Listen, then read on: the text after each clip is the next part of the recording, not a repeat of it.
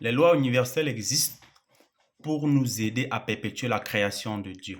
On va prendre certaines lois et on va essayer d'expliquer les concepts qui se cachent derrière ces lois-là.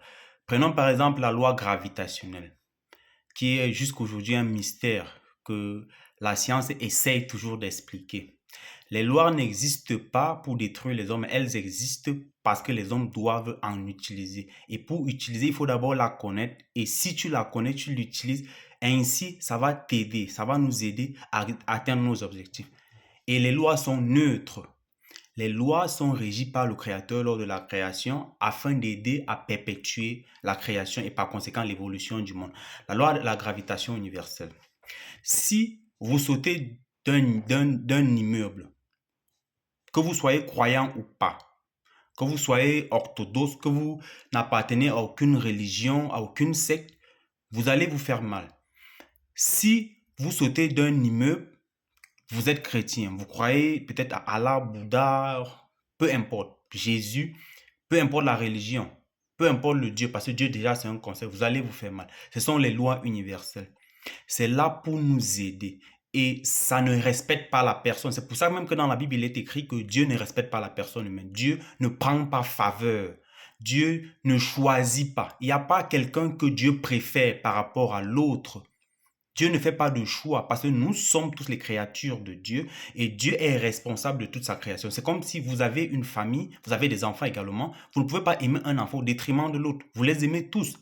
Vous voyez? Et Dieu ne fait pas de faveur. C'est pour ça que j'essaye de dire ici, en expliquant que si vous concevez les choses telles que vous voyez, immédiatement, il y a l'effet de la fausseté. Parce qu'il y a des gens qui pensent que certaines sont plus favorables que eux. Ce n'est pas vrai. Que Dieu aime les uns par rapport aux autres. Ce n'est pas vrai. Nous, on a ce qu'on mérite. Vous voyez? Ce que vous avez et ce que vous possédez, ce que vous êtes, c'est une agglomération de ce que vous méritez.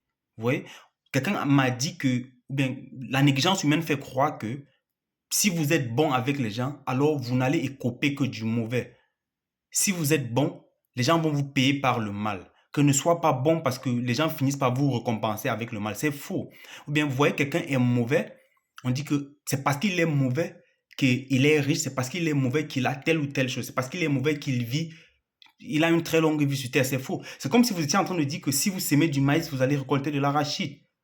Si vous semez de la noix de cajou, vous allez récolter peut-être autre chose. Vous voyez que c'est faux.